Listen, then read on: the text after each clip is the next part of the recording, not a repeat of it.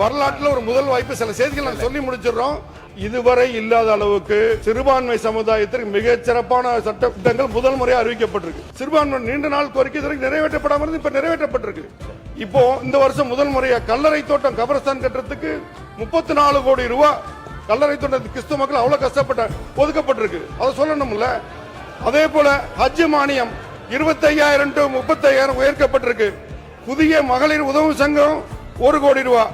அதை விட திருவள்ளுவர் தினத்துக்கு எங்களுடைய தலைவர் காகிதம் பேரால விருது கொடுக்கப்பட்டிருக்கு. இந்த தமிழர்கள் 5 பேர் புக்க தமிழ் துறை சார்பா கொடுத்திருக்கோம். 5 பேர், அதுல 2 இஸ்லாமிய அறிஞர்கள். எத்தனை வருஷம் நடையா நடந்தது கிடைக்கப்படல. இப்ப மாண்புமிகு முதலமைச்சர் கொடுத்திருக்காங்க. குறிப்பா சாரணபாஸ்கரன் என்ற அகமது, கல்லிடைக்குறிச்சி பீர் முகமதுடைய நூல்கள் அரசுடைமையாக்கப்பட்டிருக்கு.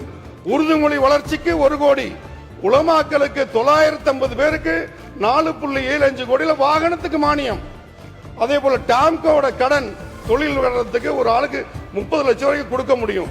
அந்த அடிப்படையில் 100 கோடி இலக்கு நிர்ணயிக்கப்பட்டிருக்கு. வக்ஃபு, பள்ளிவாசல், தர்காக்கள் புனரமைப்பதற்கு மானியம். இதே போல வரலாற்றில் முதன் முறையாக நிதிநிலை அறிக்கையில சிறுபான்மை சமுதாயத்திற்கு 20க்கும் அதிகமான அறிவிப்புகளை செய்த ஒரே அரசு தமிழக வெற்றி கழக தலைமையிலான அரசு. அதற்காக மாண்புமிகு முதலமைச்சர் ஜோசப் விஜய் அவர்களுக்கு இந்த சிறுபான்மை சமுதாயம் நன்றி கடன் பட்டிருக்கிறது.